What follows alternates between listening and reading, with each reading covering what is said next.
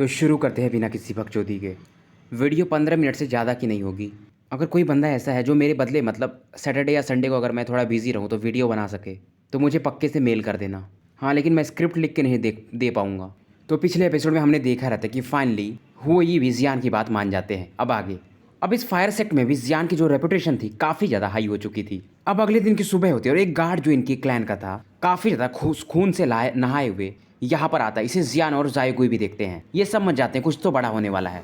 अब जियान इस दौरान जायगुई से कहता है कि 3 साल में सेक्ट कंपटीशन होने वाले हैं, पर इस दौरान मैं जा रहा हूँ और शायद मेरे वापस आते समय 2 साल तो बीत ही गए होंगे, तो तुम्हें यहाँ पर यानी इस फायर सेक्ट का अच्छे से ध्यान रखना पड़ेगा। उसके बाद ये दोनों भी ये जो फायर सेक्ट का हॉल था उधर मूव कर जाते हैं। यहाँ पर आते ही ये लोग देखते हैं कि 10-12 लोग पहले से इकट्ठा थे। इनमें से हुयू वगैरह पहले से यहाँ पर आ गए थे और इनकी जो टेरिटरी का एक एरिया है जहाँ पर एक क्रिस्टल वेन है जहाँ पर फायर पैलेस के जो 2 एल्डर्स हैं 4 स्टार डाउस यानी कि उसे गार्ड कर रहे हैं। और ये जो डिसाइपल इनका एक आया था उसने बताया कि उस जगह पर अटैक हो गया है, यानी दूसरे क्लैन वालों ने इन पर अटैक कर दिया है। और इस बार जिस सेक्ट ने इन पर अटैक किया था उसका नाम किंग यून पवेलियन था। और किंग यून पवेलियन के जो कुछ लोग थे इनमें से मतलब कुछ लोगों का स्टैंड 4 स्टार डाउस यानी कि लेट स्टेज पर था। ये सुनकर के जियान भी थोड़ा सरप्राइज था। और ये लोग बताते हैं कि ये लोग फिलहाल जिस एरिया में है उसको सेंट्रल टेरिटरी कहते हैं और इसी सेंट्रल टेरिटरी में इनका फायर सेक्ट एग्जिस्ट करता है। जियान तुरंत अपने मन में सोचता है क्या इसी एरिया में यानी सेंट्रल टेरिटरी में वो जो ऐसे किया ट्री है वो भी एग्जिस्ट करता होगा। मानो ये बंदा यानी हो ये जियान की मन की बात पढ़ लेता है और ये कहता है हमारे रीजन पर शायद इसीलिए अटैक हुआ है क्योंकि जो एसेकिया ट्री है वो इसी एरिया में अभी जन्म लेने वाला है।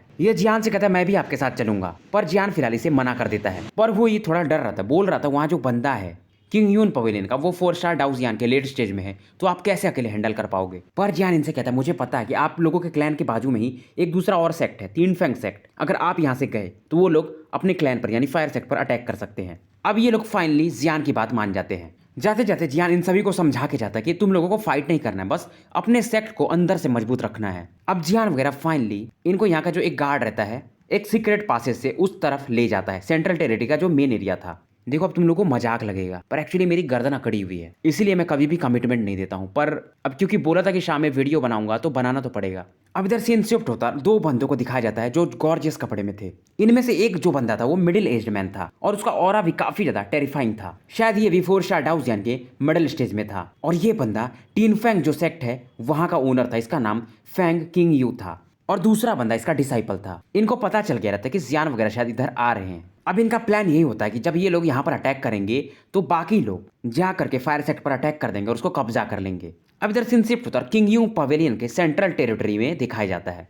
यहाँ पर एक बंदा लिंग यू करके आया था और इसी ने किंग यू पवेलियन का साथ मांगा था, जिसकी वजह से ये दोनों मिल करके फायर सेक्ट पर अटैक करने वाले थे। पर इनको एक चीज तो पता चल गया रहता है कि फायर सेक्ट के बीच में 2 बंदे आए हुए हैं स्पिरिचुअल एकेडमी के, और ये लिंग यू इन दोनों से फाइट करना चाहता था। और शायद ये लिंग यू जो बंदा था ये एविल क्लैन के साथ था, तो इसे मालूम रहता है कि जियान के पास होली फ्लेम है। और अगर आपको याद हो तो ये लिंग यू अर्थ एकेडमी का ही बंदा है और इनर हॉल का ये बंदा है, मतलब वहां के प्रिंसिपल का बेटा। और इसे भी फिलहाल किंग यून पवेलियन में एज अ मैनेजर भेजा गया रहता है जैसे जियान आया था। और इसके बॉडी में जो एविल ऑरा रहती है इसको समझाती है कि अगर तुम सही से रहे तो तुम आराम से 5 स्टार डाउस जियान जल्दी ही एंटर कर सकते हो। उसके बाद तुम लॉर्ड ऑफ सोल्स वाले टेंपल में भी एंटर कर सकते हो। बेसिकली इसके अंदर जो वो एविल ऑरा थी वो सीन्स क्लैन का था। इधर लिंग्यू का एक ही इरादा था, इसे भी ऐसे किया ट्री के अंदर एंटर करना था। पर ये एविल ऑरा इसे समझाता है कि तुम अपने ऑरा को छिपा कर रखो, नहीं तो अगर तुम्हारे फादर या इनर कोर्टयार्ड के किसी को भी पता चल गया तो हम दोनों मतलब फंस सकते हैं। पर ये लिंग यू काफी बदमाश इंसान था। ये कहता जब मैं 5 स्टार डाउस यान में पहुंच जाऊंगा तो पूरे ली सोल रियल्म को मैं हिला कर रख दूंगा।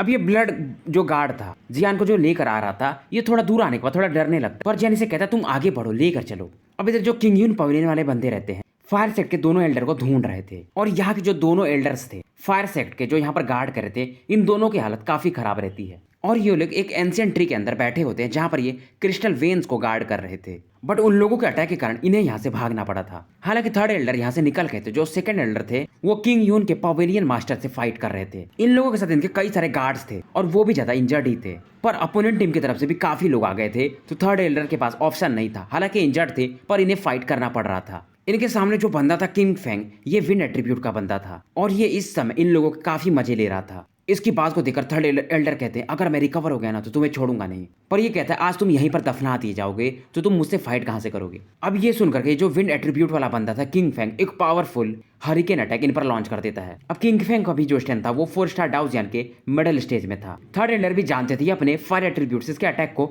ब्लॉक करने के लिए अपना फुल पावर लगा देते हैं। थर्ड एल्डर इस अटैक में धीरे धीरे अब सप्रेस होने लगे थे, पर ये कुछ भी हो जाए इस बैटल को छोड़कर जाने के मूड में नहीं थे। ये अपनी बॉडी को अब एक्सप्लोड करने जा रहे थे। तभी एक जेंटल पावर मानो उनकी तरफ जाता है जो इनकी बॉडी को रिकवर करने लगता है, और जो ब्लू कलर का एनर्जी इन पर अटैक किया था वो पूरी तरह से डिस्ट्रॉय हो जाता है। और इसको डिस्ट्रॉय करने वाला एक बंदा था जो हैवी जुआन रूलर अपने पीछे लिए आता है यहाँ पर। अब थर्ड एल्डर भी इस बंदे की तरफ एक अलग ही नजर से देखने लगते हैं। ये कौन है बंदा, काफी मिस्टीरियस लग रहा है। किन फेंग काफी ज्यादा गुस्सा हो जाता है क्योंकि इसके अटैक से आराम से थर्ड एल्डर को मार सकता था, पर बीच में ये बंदा आ गया था। अभी जो गार्ड आया था तुरंत ही बताता है ये वही बंदा है जो हमारे क्लैन को फिलहाल मैनेज कर रहा है। जियान इनकी तरफ देखता और स्माइल करता है, इनके पिल्स देता है खाने के लिए और कहता है बाकी आप मुझ पर छोड़ दीजिए।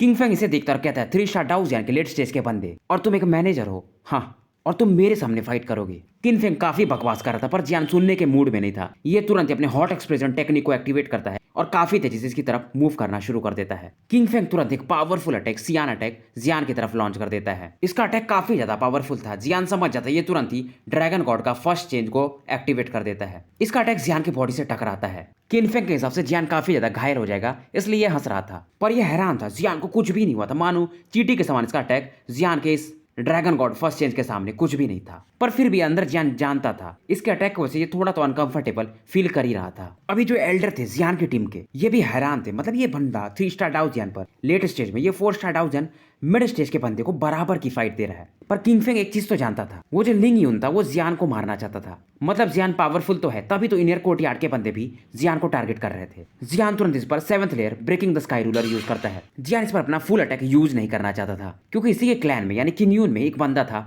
4 स्टार डाउ जियान के लेट स्टेज में। पर ये जियान का जो अटैक था 7th लेयर इसको आराम से ब्लॉक कर देता है और कहता है मरने के लिए तैयार हो जाओ। अब इसने जो अटैक यूज करता है जियान पर, इसका नाम था फेंग याओ सनसेट स्लैश। ये जो फाइटिंग स्किल रहती है होली रैंक की रहती है। जियान समझ जाता है, ये तुरंत ही अपने हैविंग 16 रूलर टेक्निक को यूज करता है और ये हंस रहा था। जियान की तरफ देखकर कहता है इट्स ओवर किड, पर जियान इसके अटैक को देखकर बिल्कुल भी नहीं घबराता है। अब क्योंकि जियान ने अपने हैविंग शिफ्टिंग रूलर टेक्निक को यूज किया था तो इसका एंशेंट जुआन रूलर पर कुछ मिस्टीरियस पैटर्न बनते हैं और इसका जो पावरफुल अटैक आ रहा था इस बंदे का, अचानक से जियान के अटैक के कॉन्टेक्ट में आते ही मानो गायब हो जाता है।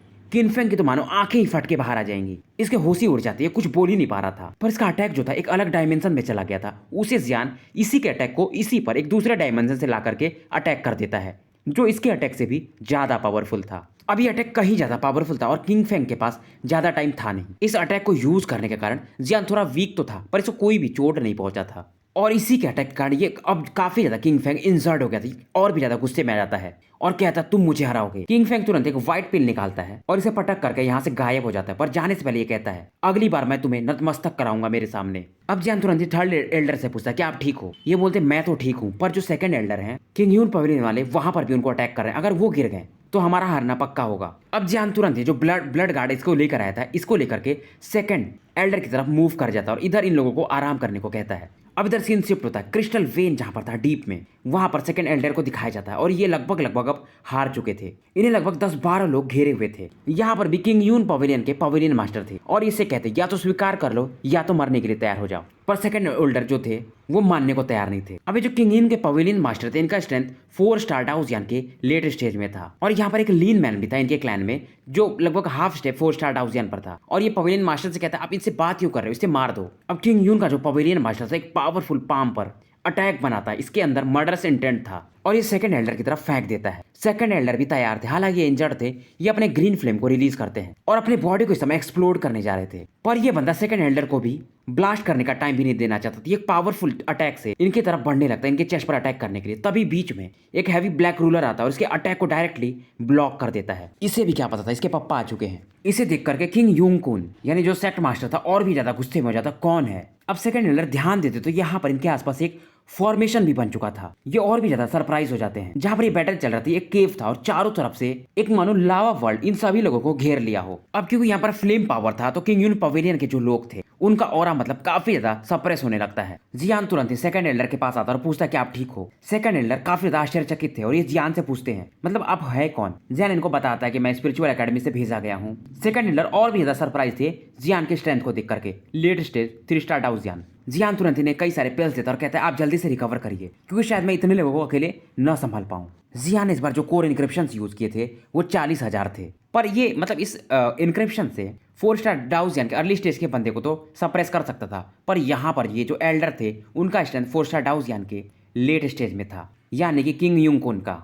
अब किंग युनकुन जियान की तरफ देखते हैं। इसे याद आता कि लिंग यू ने इसी बंदे के बारे में बताया था। किंग युनकुन समझ जाते और कहते तो तुम ही जियान हो जिसके बारे में मुझे लिंग यून ने बताया था। ये कहता तुम्हारा फॉर्मेशन काफी अच्छा है पर मुझे तुम इतने लेवल पर तो सप्रेस नहीं कर सकते हो। अब ये तुरंत एक पावरफुल अटैक से जियान पर अटैक कर देते हैं। जियान अपने स्पीड को हॉट एक्सप्लोजन से बढ़ा लेता है। पर किंग युनकुन एक विंड एट्रीब्यूट के थे तो इनका भी अटैक काफी ज्यादा फास्ट था और ये एक पावरफुल अटैक जिसका नाम किंग फेंग टियान फिंगर्स होता है जियान की तरफ लॉन्च कर देते हैं। इनकी जो उंगलियां थी मानो जो ऑरा निकलती वो 100 फुट के फिंगर में बदल जाती है और जियान की तरफ काफी तेजी से मानो दहाड़ मारते हुए बढ़ने लगती है। जियान भी अपने पावरफुल फिंगर अटैक से इनके अटैक पर अटैक कर देता है। अब जियान जानता था ये तुरंत ही second finger broken the sky use कर देता है। अब जियान को मतलब इनके एक अटैक को ब्लॉक करने के लिए अपने 2 अटैक लगाने पड़ते हैं। ये देख करके किंग युनकुन कहते हैं जितना लिंग यून ने कहा था शायद तुम उतना ज्यादा पावरफुल हो नहीं। जियान समझ जाता माजर इतना आसान नहीं। ये तुरंत ही swallowing the flame technique use करता है और इसके चेस्ट में फिर से वो रेड कलर का कॉल्ड्रन जाग जाता है। इसमें फिर से तीनों अपने फ्लेम को मिक्स करता है। इसका स्ट्रेंथ बढ़ते बढ़ते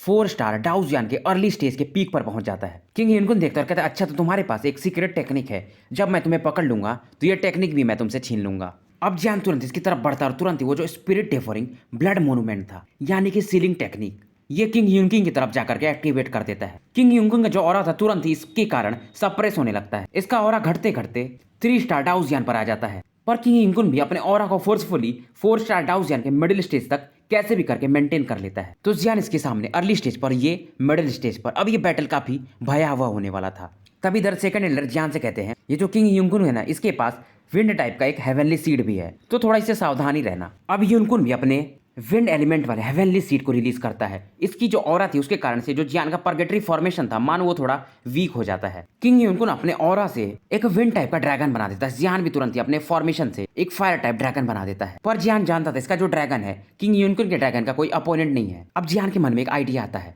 ये अपने सोल पावर और स्पिरिचुअल पावर को यूज करेगा क्योंकि फाइटिंग पावर में ये अभी भी किंग युनकुन से कमजोर है। अब जियान तुरंत ही अपने स्पिरिचुअल पावर को इस फॉर्मेशन के अंदर डालने लगता है, खास करके इसने जो ड्रैगन बनाया था उसमें। युनकुन को तो इस बात का अंदाजा भी नहीं रहता कि जियान कर क्या रहा है। अब यहाँ पर विंड ड्रैगन और फायर ड्रैगन एक दूसरे से फाइट करने लगते हैं। अब जियान का जो फायर ड्रैगन था ये इस विंड ड्रैगन को बराबर का टक्कर दे रहा था क्योंकि जियान को मतलब स्पिरिचुअल स्ट्रेंथ के बारे में ज्यादा पता नहीं था, नहीं तो ये आराम से अगर ड्रैगन में सही से स्पिरिचुअल पावर को यूज करता तो इसे तुरंत ही हरा देता। पर जियान एक चीज जानता था, इसका जो सोल पावर था और स्पिरिचुअल पावर था मानो एक ही लेवल पर रेजोनेट करते हो, पर जियान को पता नहीं था इसकी मिस्ट्री क्या है। अब जियान तुरंत अपनी आंखें बंद करता और अपने सोल पावर को एक्टिवेट करता है क्योंकि इधर इन दोनों का ड्रैगन फाइट कर रहे थे तो जियान के पास मौका था किंग युनकुन पर एक पावरफुल सोल अटैक करने का। अब जैसे जियान अपने सोल पावर को रिलीज करता है किंग युनकुन क्या इसके साथ जो भी बंदे थे सब हैरान थे कि इमॉर्टल लेवल का सोल पावर। युनकुन भी समझ गए थे ये ज्यादा देर तक टिक नहीं सकता है। किंग युनकुन अपने बॉडी से फिर से अपना विंड पावर निकालता और उससे एक जायंट ईगल बना देता है। इसमें इसने फिर से अपने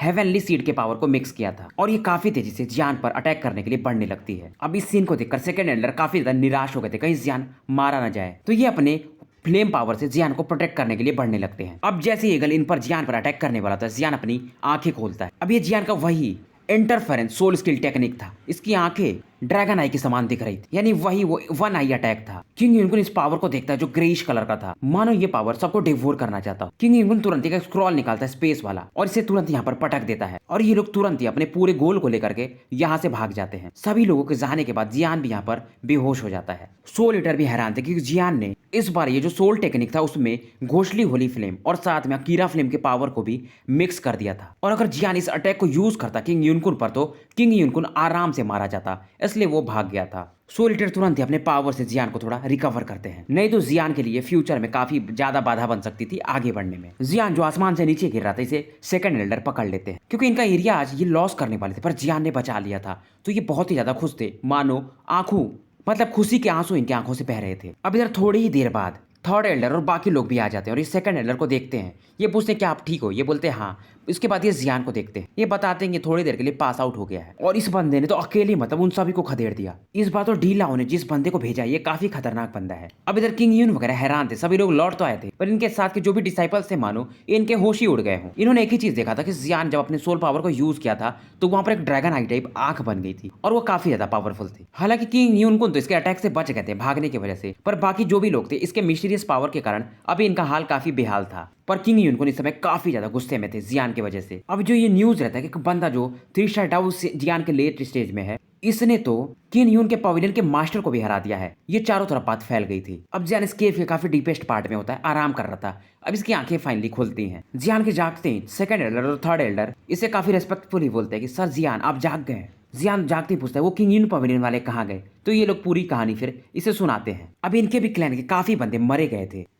तो जियान बोलता है उन्हें अच्छे से आप दफना दीजिएगा। मतलब जियान के आने के पहले वो लोग मारे जा चुके थे। अब जियान इनसे बोलता है मैं थोड़े दिन रेस्ट करूंगा, उसके बाद यहाँ का जो भी मैटर है उसे सॉल्व कर दूंगा। अब यहाँ पर जियान रिकवर करना चाहता था ताकि बाद में ये जो एकेसिया ट्री है वहां पर जा सके। अब इधर फायर सेक्ट के सेक्ट मास्टर को दिखाया जाता है, हुई को। इनके पास एक गार्ड आता और इसके पास एक लेटर था, क्योंकि इस दौरान मतलब कुछ बीते दिनों में इन्होंने कई सारे बंदों को वहां पर भेजना चाहा जियान वगैरह की हेल्प के लिए, पर जायगुई ने बार बार मना कर देता था। पर जब ये लेटर पढ़ते हैं तो मानो इनके होश ही उड़ जाते हैं। जियान के बारे में इनको पता चल जाता है कि यहाँ पर जो भी था क्रिस्टल वेन में हरकत, जियान ने पूरा मैटर ही सॉल्व कर दिया है। जायगुई को ये बोलते हैं तुम तो भगवान हो, तुम्हें मानो मालूम था कि वहां पर क्या होने वाला है। अब इधर जायगुई मानो एक मैनेजर अच्छे तरह से निभा रहा था। यहाँ पर इसने कई सारे रूल्स भी बना दिए थे। जायगुई कहता है क्योंकि टियानफेंग पवेलियन और साथ में किंग यून पवेलियन ने मिलकर हमारे पर अटैक किया था तो हम इसे छोड़ने वाले नहीं है। जायगुई बताता है क्योंकि एकेसिया ट्री प्रकट होने वाला है तो वहां पर टियानफेंग क्लैन और साथ में किंग यून क्लैन दोनों वाले जाएंगे और वहां पे ब्रदर जियान भी होंगे और इसी मौके का फायदा उठा करके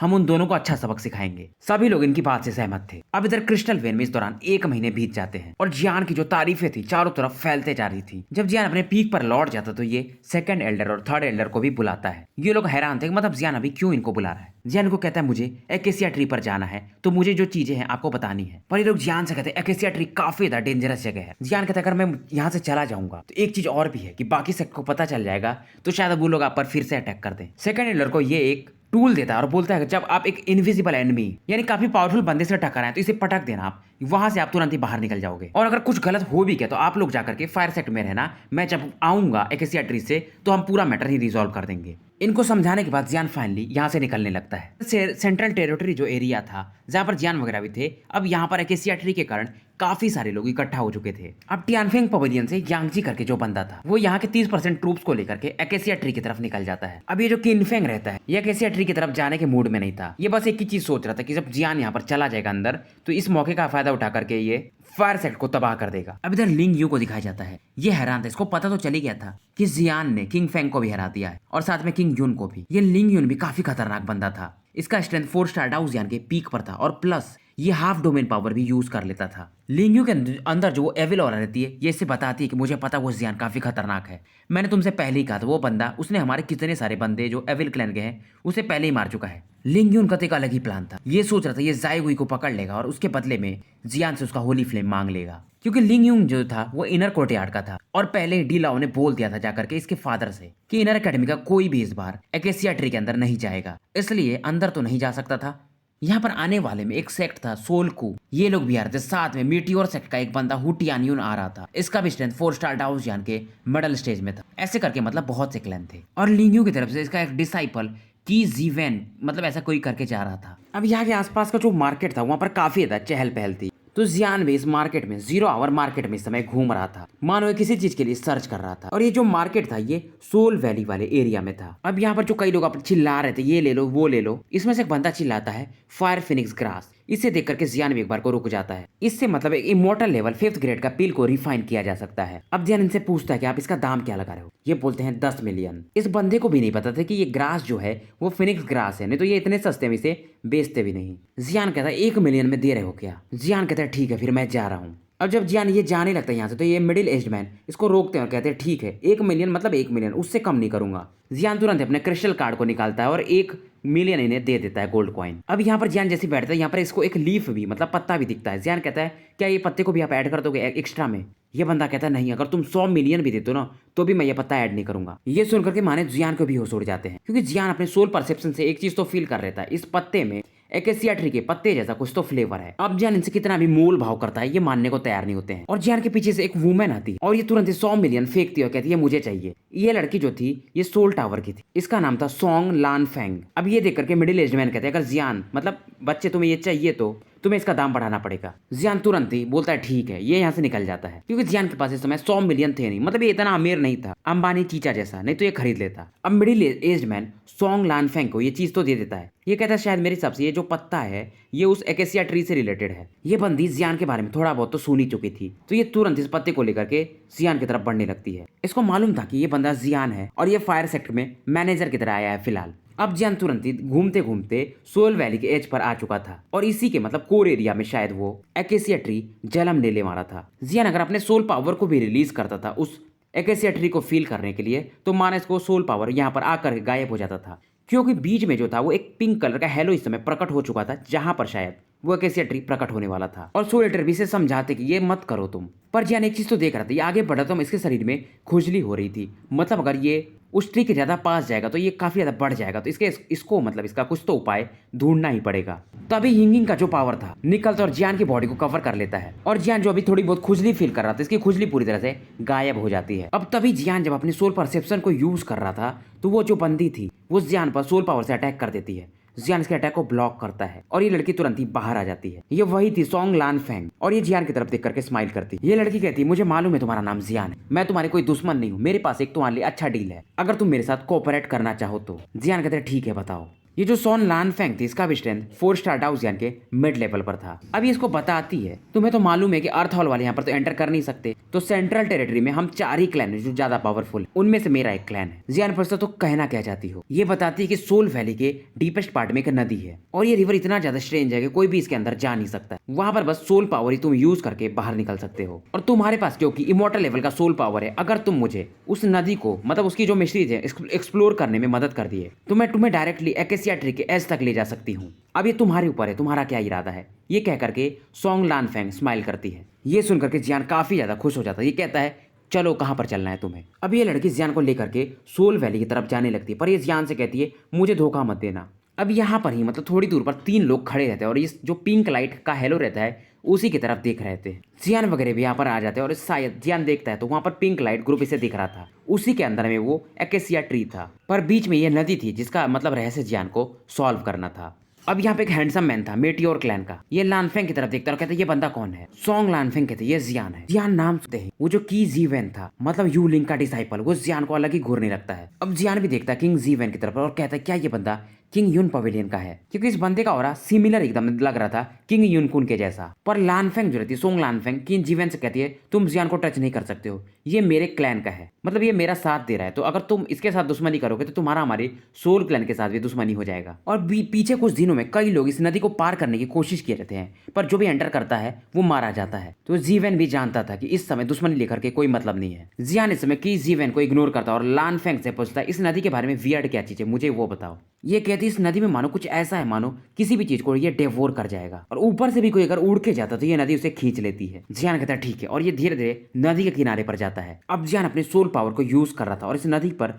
जो हलचल था सरफेस पर उसे नोटिस करने की कोशिश कर रहा था। जियान वाटर को तो टच नहीं करता, पर जैसे ये अपने सोल पावर से इसे टच करता है ये काफी ज्यादा शॉक्ड हो जाता है, क्योंकि यहाँ पर इसे थोड़ी बहुत थंडर पावर की आवाज सुनाई देती है। ये कुछ तो समझता और स्माइल करता है। जियान कहता है मुझे बस एक फायर एट्रीब्यूट का बंदा चाहिए और ये की जीवन की तरफ मेलिकुलसली स्माइल करके देखता है। ये सुनकर के जीवन काफी ज्यादा गुस्सा हो जाता है, क्योंकि ये जानता था जियान जानबूझ करके इसको यूज कर रहा है। जियान कहता है तुम 4 स्टार डाउ जियान की मिडिल स्टेज में हो और मैं 3 स्टार डाउ जियान के लेट स्टेज में, फिर भी तुम मुझसे डर रहे हो। अब जीवन समझ जाता है, कहता है तुमको मतलब मेरी जरूरत किस काम के लिए है। जियान कहता है इस नदी में एक सोल बीस्ट है, उसको हमें पावर फ्लेम से यहाँ बाहर निकालना पड़ेगा। जीवन स्माइल करता और कहता है उम्मीद कर रहा हूँ कि तुम झूठ नहीं बोल रहे होगे। अब यहाँ पर जियान तुरंत ही काम होता है और अपनी सोल एनर्जी को एक्सप्लोर करने लगता है और इसके साथ में कि जीवन भी यहाँ पर पावर अपना यूज कर रहा था। धीरे धीरे पौने मतलब 20 मिनट बीत जाते। इस दौरान जियान पसीने में लथपथ था, पर की जीवन बोलता है लगता है ये मजाक कर रहा है, पर ये जो सोंग लानफेंग थी ये नदी की तरफ चुपचाप देख रही थी। इस समय जो पानी चुपचाप शांत थी, अचानक से इसमें हलचल मचने लगते हैं। जियान यहाँ पर दिखाता है कि ये काफी ज्यादा वीक हो गया, पर इसने जानबूझकर ऐसा किया था और थोड़ी देर में ये सोल बीस्ट अचानक से सबको दिखने लगता है। इस बीस्ट का नाम था क्रिस्टल प्रीमोर्डियल बीस्ट। अब सोन लानफेंग भी इस बीस्ट की तरफ देखती है और ये फील करती कि जियान इस समय काफी वीक हो चुका है। इस बीस्ट का एक ही काम था, ये इंसानों के जो लाशें रहती उन्हें डेवोर कर जाता, इवन उनके ब्लड को भी ये पूरी तरह से निकल जाता है। इसकी बॉडी बेसिकली क्रिस्टल के समान थी। इसमें बीस्ट काफी ज्यादा एंग्री था क्योंकि जियान वगैरह के पावर के कारण, फ्लेम पावर के कारण इसकी बॉडी थोड़ी बहुत परेशान हो गई थी। अब इधर तुरंत ही ये लोग अपने अपने powerful attack ice fire knife, soul heaven hand, blood flame, heaven finger वगैरह वगैरह मीटियोर फिस्ट अटैक एक साथ यूज करते हैं। जियान इस पर बिल्कुल भी अटैक नहीं करता है। पर ये जो बीस्ट था इसका डिफेंस पावर कहीं ज्यादा स्ट्रॉन्ग था, तो ये इन चारों के अटैक को आराम से ब्लॉक कर देता है। तभी जियान दूर से चिल्लाता है, इसको सोल पावर और फायर पावर दोनों यूज करना पड़ेगा, तभी इस बीच को तुम लोग हरा सकते हो। ये सुनकर के जीवन और ज्यादा गुस्सा हो जाता है। ये जियान जानबूझकर ऐसा करवा रहा था कि मेरा फ्लेम पावर जो है ज्यादा यूज हो जाए और मैं ज्यादा थक जाऊं। अब जो सॉन्ग लानफेंग रहती है अपने सोल पावर अटैक को यूज करने लगती है और जीवन को अपना फ्लेम पावर यूज करना पड़ता है। अब जियान समझ जाता है इन दोनों के कंबाइंड अटैक के कारण ये बीस्ट काफी ज्यादा कमजोर होने लगा था और जो विक्ट्री थी इनकी थोड़ी देर में होने वाली थी। अब ये बीस्ट इस समय हारने लगता और ये इस नदी में फिर से छिपने जा रहा था, पर ये लोग इसे भागने देना नहीं चाहते थे। सोन लांगफेंग एक और powerful attack heavenly soul sound इस पर कर देती है और इसका अटैक डायरेक्टली जाके उस बीस्ट की बॉडी पर टकरा जाता है। अब ये बीस्ट और भी ज्यादा स्लगिश हो जाता है। इस मौके का फायदा उठाकर के जीवन अपना एक full power attack rain of fire इस पर कर देता है। अब ये बीस्ट तुरंत ही मानो सिकुड़ करके एक पाम साइज का प्रिज्म में बन जाता है। अब जीवन की नजर फाइनली वो जो पिंक हेलो लाइट आ रहा था एकेसिया ट्री से उस पर जाती है और ये कहता है अब तो हम आराम से इस नदी को पार कर सकते हैं। अब जीवन किसी को कुछ बोलता नहीं और तुरंत यहाँ से नदी को पार करने के लिए आगे बढ़ने लगता है। अब इसे आगे बढ़ता देखकर बाकी लोग भी नहीं रुकते, ये भी काफी तेजी से उस ट्री की तरफ मूव कर जाते हैं। अब जियान को उस लड़की ने, लानफेंग ने, वो जो पत्ती हवा या जो भी थी वो जियान को दे दिया था और जियान के हाथ में रहने के कारण इसके अंदर जो भी लव सिकनेस आ रहा था ये पत्ती मानो दूर कर दे गई थी। अब जियान आगे की तरफ देखता और सोचता है क्योंकि वो जो पिंक लाइट ग्रुप था इससे अलग ही एक हैवीनेस वाली फीलिंग आ रही थी। अब जीवन मतलब आगे बढ़ा था और कहता है एकेसिया ट्री तो मेरा ही होगा। आगे लोग बढ़ रहे थे और इनके बॉडी में इचीनेस भी शुरू हो गई थी। अब जियान अभी काफी इनसे दूर खड़ा था और इनको देख करके एक स्ट्रेंज स्माइल देता है क्योंकि इन चारों लोगों की बॉडी में जो फ्लक्चुएशंस आ रहे थे ये डिस्कवर कर चुका था। अब जियान तुरंत अपने हाथ पर कुछ फ्लक्चुएशन साइन यूज करके एक क्रिस्टल डिवोरिंग बीस्ट बनाता है और जो प्रिज्म में बीस्ट का टुकड़ा था वो अपने हाथ पर पटक देता है और इससे जो वेव निकलती है वो चारों तरफ फैलने लगती है। अब ये लाइट फैलते फैलते जब इन चारों के पास पहुंचती है तो इनके अंदर जो खुजली हो रही थी और ज्यादा बढ़ जाती है। ये लोग समझ जाते हैं जियान ने इनका अच्छा काट दिया है और ये चारों तुरंत ही जियान के पास वापस लौट आते हैं। लौटते ही इन सभी के अंदर जो खुजली हो रही थी ये खत्म हो जाती है और इस समय वो जो पिंक ग्लो निकल रहा था चारों उस पिंक हेलो से चारों तरफ फैल चुका था। सॉन्ग लानफेंग देखती और कहती क्या ये पावर ऑफ लव है, मतलब जिसके पास लव का पावर होगा वही शायद इस एकेसिया ट्री के अंदर जा सकता है। इसे थोड़ा बहुत एहसास हो जाता है। अब धीरे धीरे पिंक पावर और भी ज्यादा फैलने लगा था और फाइनली वो जो एकेसिया ट्री था अब वापस आने लगा था यहाँ पर। अब फाइनली इनके सामने एक 100 फीट का पेड़ दिखता है, यही था वो एकेसिया ट्री। इसके रूट्स वगैरह भी पिंक कलर के ही थे। इसके ब्रांचेज में भी मतलब पिंक लिक्विड का वर्ड था जो शायद एकेसिया ट्री को एनर्जी दे रहा था। इस पेड़ में से पिंक रिपल कलर की एनर्जी निकल रही थी जो पांचों लोगों की तरफ अचानक से भेज दी गई थी। अब क्योंकि जियान के पास होली फ्लेम हार्ट का पावर था तो इसको वो इचीनेस गायब हो गया था, मतलब हिंगिंग जो इसके चेस्ट में थी शायद उसके कारण। पर बाकी जो सभी लोग थे और जैसे वो रिपल था इनका इचीनेस और ज्यादा बढ़ जाता है और यहाँ से जो साउंड निकल रहा था मानो इनकी हड्डियों को भी कपकपा दे रहा था। ये चारों लोग थोड़े और पीछे हट जाते हैं। जियान अभी भी वहीं पर खड़ा था और पिंक ट्री की तरफ चुपचाप देख रहा था, पर इसके अंदर जाने का रास्ता अभी भी जियान को नहीं दिख रहा था। अब यहाँ पर जो पिंक हेलो लाइट प्रकट हो रही थी मानो इस जियान की बॉडी में एंटर करना चाहती थी, पर इस पिंक लाइट को जियान का जो चेस्ट पर वो पावर था मानो इसने पकड़ रखा हो और ये पावर इस पिंक लाइट को एब्जॉर्ब करने लगता है और ये जो सोर्स ऑफ होली फ्लेम रहता है इसके पावर को ये रिपेयर मानो करने लगा हो। बेसिकली जो इस ट्री के पास वो लव सिकनेस वाला पावर था जिससे लोग कमजोर हो जाते, इचीनेस आता है, वो इसी के कारण, इसी ट्रेजर के कारण जियान को इस पर कोई असर नहीं हो रहा था। कि जीवन समझ जाता है, ये सभी को कहता है इस लड़के पर अटैक करो,